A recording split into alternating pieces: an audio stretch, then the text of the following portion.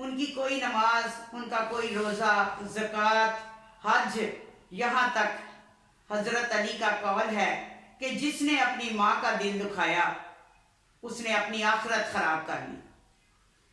تو ویورز، میں یہی کہوں گی ہر ایک کو کہ اپنے بڑوں کی، اپنے ماں باپ کی بچے عزت کریں۔ جتنے بھی ماں باپ ہیں، کوئی غریب ہے، کوئی امیر ہے، کوئی بیمار ہے، تو بچوں کو چاہیے کہ ان کی دیکھ بھال کرے۔ تو میں کہتی ہوں ان کی حج بھی یہی ہے، اور مسجدیں بنائے تو اتنا ثواب نہیں ہے کہ جتنا جس کی ماں ناراض ہو اس کا کچھ بھی نہیں ہوتا۔ میں کہتی ہوں کہ آہستہ آہستہ ان کا سکون برباد ہو جاتا ہے ایسے لوگوں کا۔ میں نے بہت دیکھا ہے، جب ماں زندہ ہوتی ہیں تو پوچھتے تک نہیں، تو بعد میں پھر روتے ہیں قبروں پہ جا کے کہ ماں ایک بار آؤ اور ہم سے بات کرو، ہمیں معاف کر دو، ہم سے غلطی ہو گئی۔ تو وہ موقع ہاتھ سے گزر چکا ہوتا ہے۔ تو میرا بچیوں کو یہ پیغام ہے، اگر ان کی والدہ حیات ہے، والد حیات ہے، تو اپنی زندگی میں ہی ان کی خدمت کر لو، خزانہ اکٹھا کر لو، یہ کہیں سے نہیں ملنا۔ اور جو اونچی آواز میں اپنی ماں کی توہین کرتے ہیں ان کے لیے یہ میسج ہے کہ وہ ان کی آخرت بہت بری ہوگی، بہت بری ہوگی۔ کیوں کہ اس وقت ان کو یہ نہیں پتا کہ ہم کیا کر رہے ہیں۔ وہ تو یہ سمجھ رہے ہیں، جیسے میرے بچے ہیں، وہ یہ سمجھتے ہیں کہ ہم سے تو بڑا کوئی دنیا میں اب ہے ہی نہیں۔ کیوں کہ اللہ دیکھا تو نہیں ہے نا، اس کے عذاب کا پتہ نہیں ہے کہ ہم کیا کر رہے ہیں۔ بس دنیا میں رنگ رنگینیاں جو ہیں وہ اپنی ان میں مست ہیں۔ اللہ دے رہا ہے کھانے کو، کہتے ہیں نا وہ ایک مسالہ دے وے کھان تے دکھتیوں دئیے جان نو۔ تو ان کے پاس تو سب کچھ ہے، لیکن میں تکلیف میں ہوں۔ تو ویورز، ایسے میں آپ کو ایک بتاتی ہوں، ایک دن کی بات ہے، ایک دن کی بات ہے۔ اللہ کسی پہ ایسا ٹائم نہ لے کے آئے جیسا مجھ پہ ہے۔ بڑا چھوٹا بیٹا دوائی شوائی لے کے دے رہا تھا کچھ دن بعد میں، اس نے یہ تو سنایا تو میں نے مناسب نہیں سمجھتی کہ ان سے لوں، اللہ کوئی وسیلہ بنائے گا میرا۔ تو میں بیٹا آیا بڑا، ایسے تھوڑا ایسے بس سستا سا ڈبہ، اور دو تین روٹیاں۔ بھائی چھوٹے کو کہتا ہے تم، وہ تو ہوٹل سے کھاتا ہے نا لا کے، تو کہتا ہے امی کے لیے تم باہر سے لے آنا۔ تو میں حلیم لایا ہوں۔ ہم نے کہا چلو ٹھیک ہے۔ تو ویورز، دال شال مجھے اتنی پسند کوئی نہیں ہوتی۔ میں نے کہا حلیم ہے رکھ دو، ابھی اگر کوئی گوشت تو میں فوراً کھا لیتی ہوں کہ بھوک لگ جاتی ہے۔